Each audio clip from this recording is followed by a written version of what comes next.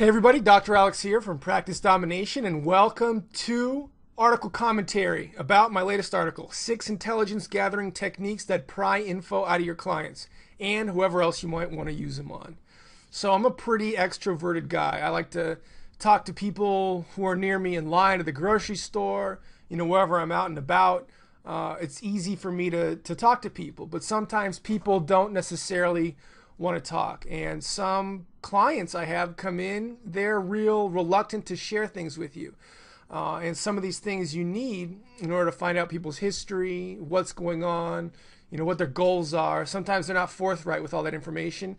And these tricks I'm going to share with you coming up will help you elicit information out of your clients and whoever else you want to use the tricks on.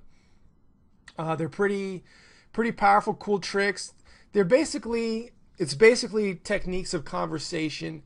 However, it's not just straight up asking people about what's going on in their lives, or asking bluntly or point blank the question that might get the information out of them. It's kind of a roundabout way to get them to talk themselves. And often when you're using these techniques, it's worthwhile to have what you want to find out in mind. It's sort of like a path. It's like the sales line, right? Sales is a straight line.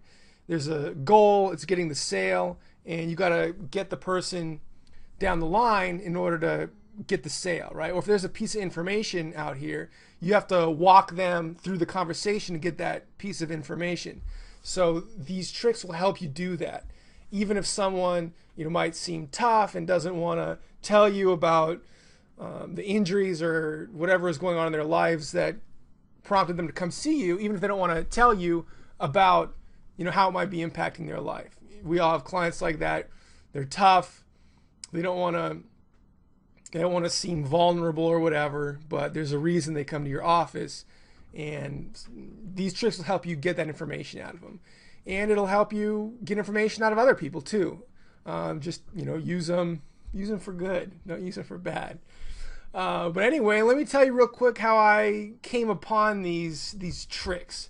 So back, 15, 16 years ago, I was in college. I was studying international relations and Russian language. And I was really interested in those types of subjects at the time. I had a little bit of a different idea of what I wanted to do with my life at that time.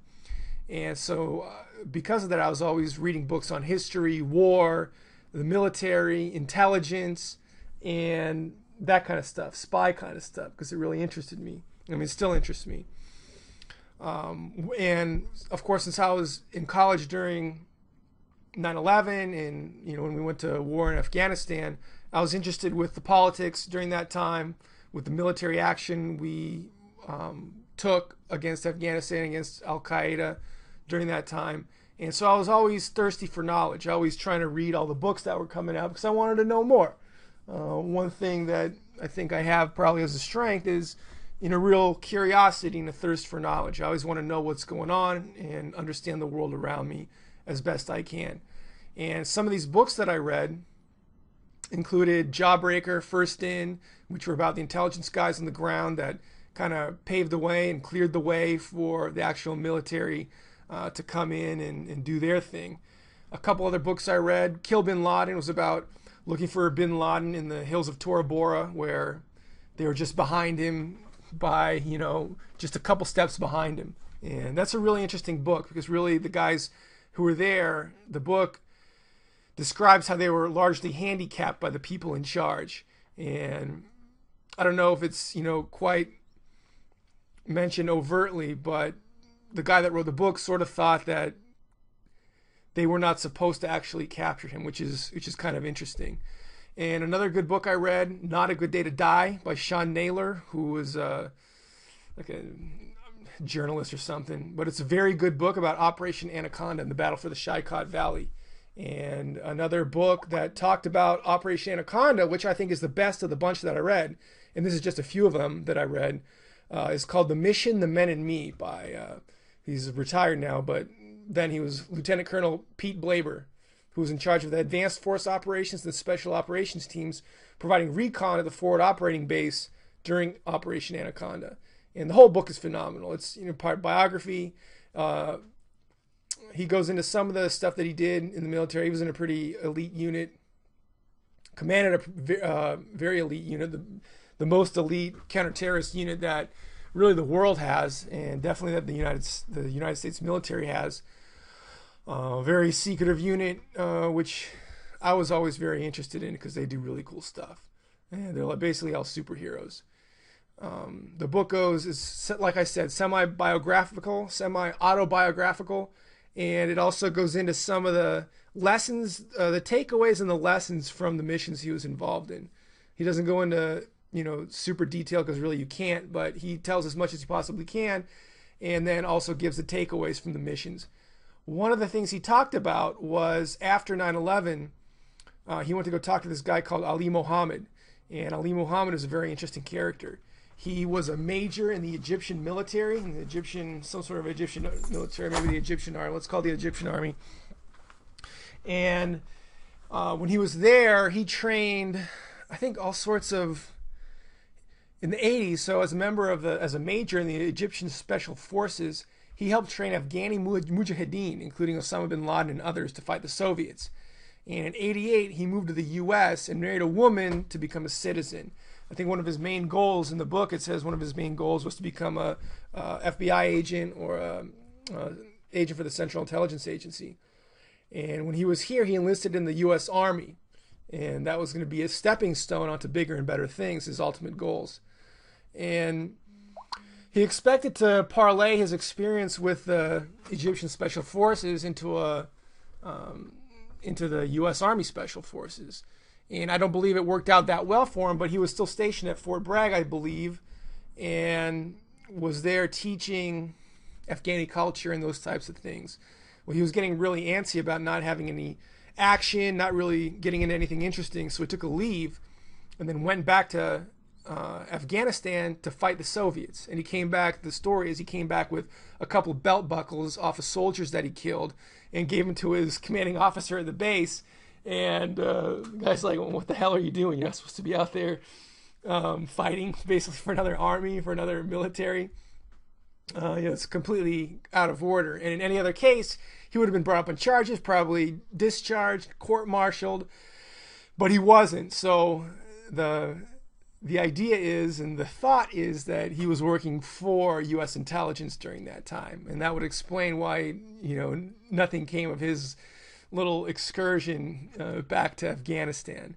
But anyway, a few years later, he again returned to Afghanistan and used his United States Special Forces training to train Al-Qaeda, including bin Laden and some of his other members, in unconventional warfare, in assassination, in real kind of the more, as you say, darker aspects of war.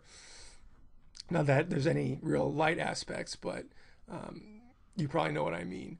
And in the 90s, he was involved in setting up Al-Qaeda cells in Tanzania and Kenya. And his work eventually led to the bombings of the embassies, the U.S. embassies in those countries. And there's also, he may have become an FBI informant earlier in the 90s. And then when those explosions happened, the FBI was still keeping track of him, and they raided his apartment and found all sorts of stuff that they charged him on, evidence of terrorist activities. And he was charged with 5 counts of conspiracy. And later on, it looks like he decided to cooperate with the U.S. government to aid them in their search for bin Laden. And for this very reason, Lieutenant Colonel Pete Blaber went to go visit him in prison to get information out of him. And one of the things that Lieutenant Colonel Blaber went to polish up on before he went to go talk to Ali Mohammed was elicitation skills and counter-elicitation skills. And when I read that, I immediately started looking for anything I could get my hands on about this elicitation and counter-elicitation because it's interesting to me. So elicitation basically is to bring forth. It means to bring forth. It means to get information out of someone.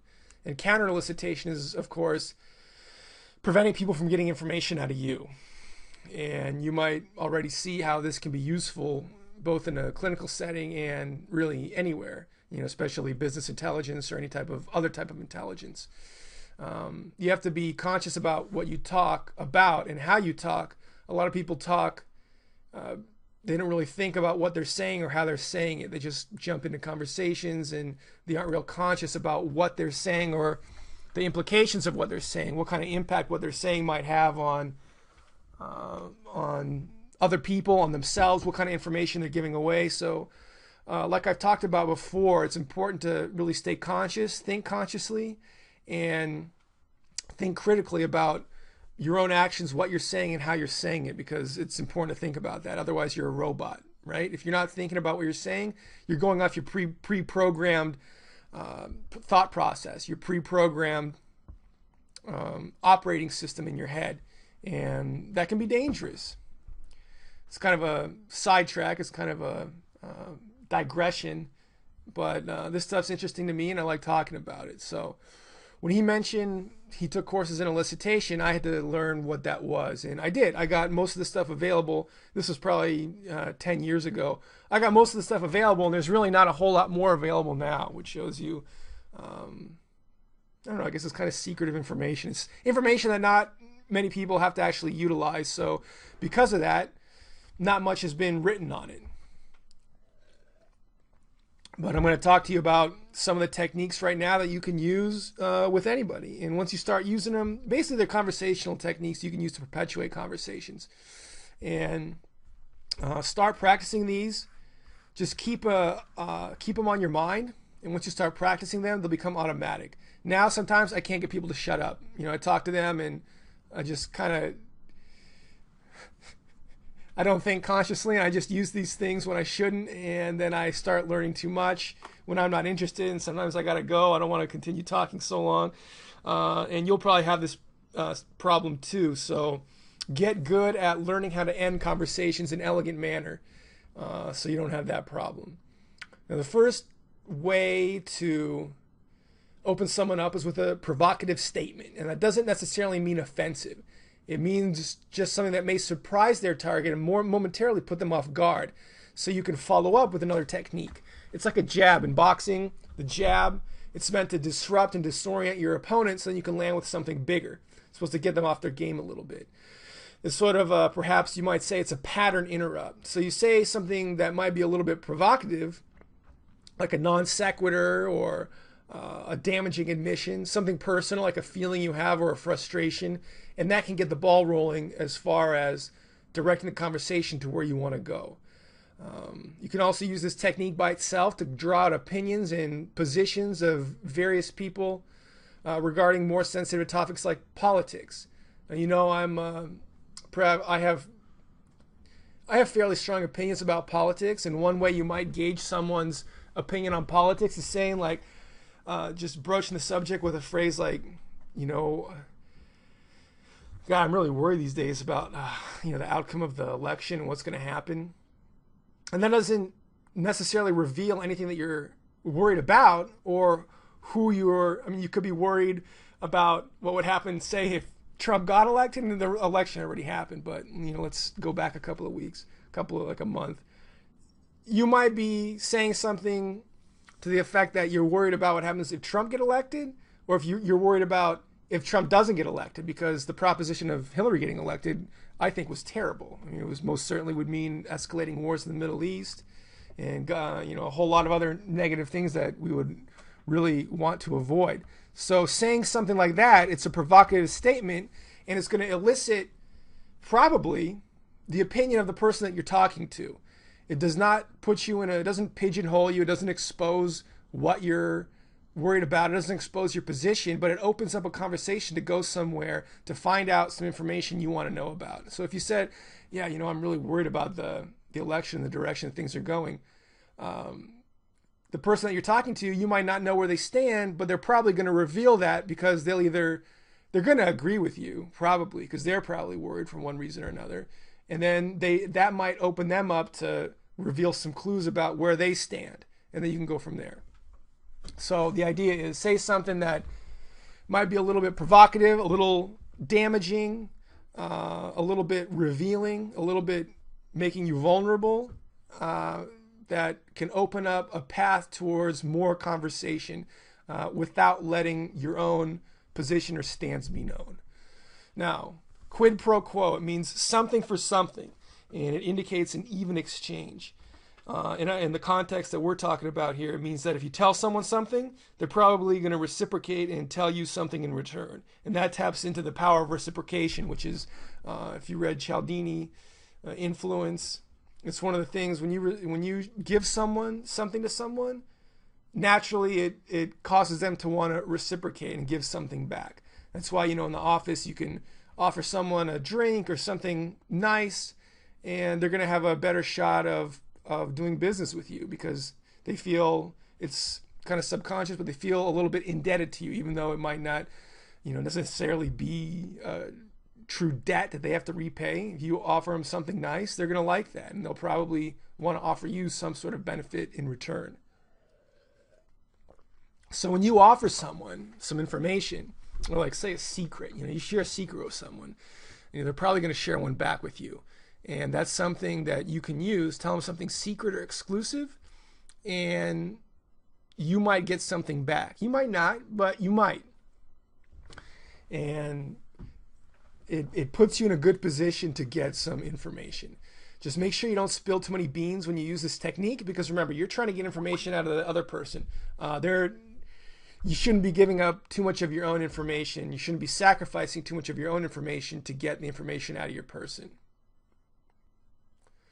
Flattery. Everybody appreciates sincere flattery. And if you compliment someone on something, chances are they're going to start talking about that. Or they're going to talk about something related to that. Of course, you might get some people who don't appreciate nice comments or don't appreciate a compliment. So, not all these techniques are going to work with everyone. And you're going to have to use your ability to judge character based on that. If someone has a strong self-confidence, has a strong self-esteem, flattery will work. If they don't, and you can usually tell how people feel about themselves based on how they dress and whatnot, how they carry themselves, you'll have to be smart about how you use flattery. Just something to be aware of. So like I said, when you compliment or say something nice to someone about something in their person or on their person, they'll probably start talking about that, and you might get a history about it, and it'll open up other paths of communication which you can explore. And that might work for, say, it's a quiet client who doesn't like to open up much or doesn't like to talk a whole lot. Flattery might be a good technique to use. Quid pro quo might be a good technique to use with someone who's quiet. I think quid pro quo would work very well with someone who doesn't like to reveal too much, because it builds trust. If you tell someone a secret, if you're trusting them with some exclusive insider information, they might very well respond in kind. So on to the next one. Disbelief. This one works like gangbusters almost in every scenario. You can use this one for the entire conversation. Often it'll work so well you won't have to use anything else. And all it is, disbelief. Someone tells you something, just be surprised at it, be excited by it. Don't believe it. You say, no way.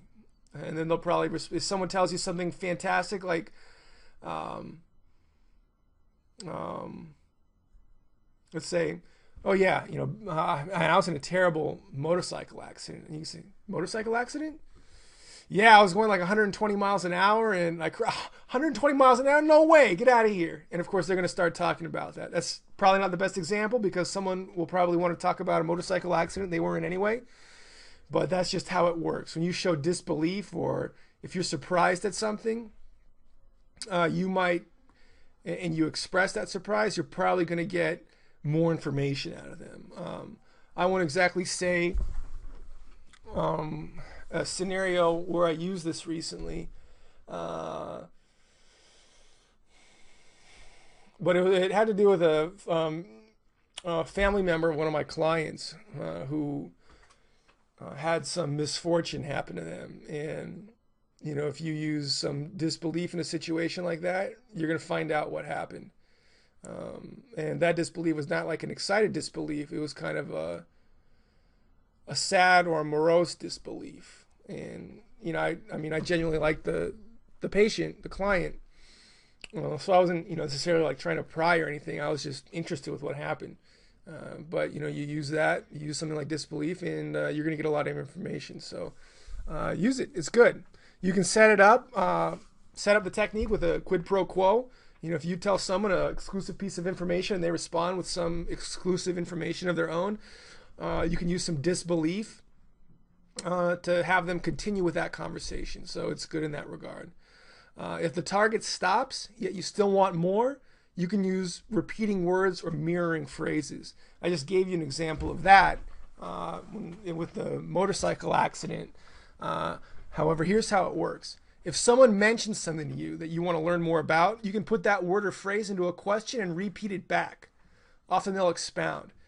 Here's a rudimentary example. Let's say your client mentions they hurt their back in a serious rugby injury. If you want to learn more, you can pair it back. Rugby injury? Further, that seems too obvious of a prompt. Like say you're going after something a little bit more sensitive, they might not respond to favorably to a more overt inquisitory question or a more overt inquisition. You can make an oblique reference to the topic with something related to keep the conversation going. Meaning, you put the word or phrase in different terms and parrot it back. So instead of parroting back rugby injury, you say like, yeah, contact sports, fun. And that might keep the conversation going. So they might return and say something like, yeah, tell me about it. I got a number of injuries playing rugby. I got a number of injuries when I was playing lacrosse too. Man, I blew up my ACL, my shoulder. And then you can go from there and get information on those injuries too. Depending on your target's character, you might go the sarcastic route by saying something like, an injury playing rugby? That's weird. I thought rugby was a pretty safe, easy sport. You got injured doing that? And that last question you should probably disregard, but you can just use the sarcastic route. You say, weird, I thought rugby was a pretty easy and safe sport. And then they'll laugh, and then they'll probably start talking more about the injuries that they sustained. So those are pretty examples, but I'm sure you get the point. And alternatively, this is a really good one. This is a really interesting one. You can make an incorrect or naive statement. So I'm sure you've noticed a lot of people like pats on the back. They want to have people recognize their skills and their talents, and they like to talk about things that they've accomplished or that they've done because people think it's cool and they feel good about that. When you sense you have someone like that in front of you, this is going to work great. I don't know if my dad knew that he was doing this, but he would use this a lot on me and my sister, which is kind of interesting. I don't think he actually knew what he was doing. I think he would I think that's what parents do sometimes. You say something silly or wrong and you get your kids to correct you, but it's the same principle. And if you have kids, you've probably done this. It works with adults too. And it lets your target or your client or whoever flatter themselves a little bit. It inflates their ego a little bit, and everybody, they feel good when they do that. Everybody likes to, feel good about themselves. So this lets people feel good about themselves. When you say something incorrect, don't make it so incorrect that you look like a buffoon, because that's not going to help your own stature. It's always good to be underestimated. However, if you straight up play dumb, they might catch on, number one, and number two, it might just paint you in a poor light, and it won't represent you how you want to be represented. So be careful with that. However, when you do make an incorrect or naive statement, they're going to want to correct you. And naive, I think, is a better way to put the technique rather than incorrect. Say something a little bit naive, and they're gonna want to set the record straight and tell you exactly what's correct. It works. It works really well. You can use an oblique reference too as the naive statement, like I mentioned in the last one, repeating words, mirroring phrases. I can't think of an example right now off the top of my head. Let me see if I can. Give me a second. So for example, if you want to find out, a location. Like if someone tells you, oh yeah, I went to a steakhouse. I went to Bill's Steakhouse last night. You say, oh yeah, that's a steakhouse over on Page Mill Road, right? No, it's on Sand Hill Road. Yeah, it's really good. And then so you find out a little bit of information. You might not know where it is, and you might have a more sophisticated bit of information that you're hunting for. However, that's basically it. That's basically what you do. So that's pretty much it. That wraps up the techniques I wanted to share with you. Now that you've read them, you should practice using them in your day-to-day life. Once you start using them, I mean, they might seem like they're somewhat manipulative, but really it's just a way to encourage conversation between two people.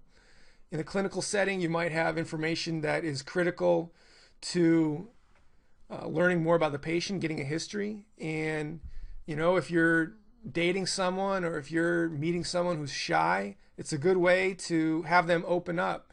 Just make sure you use it for a good reason where everybody benefits, and you'll be fine.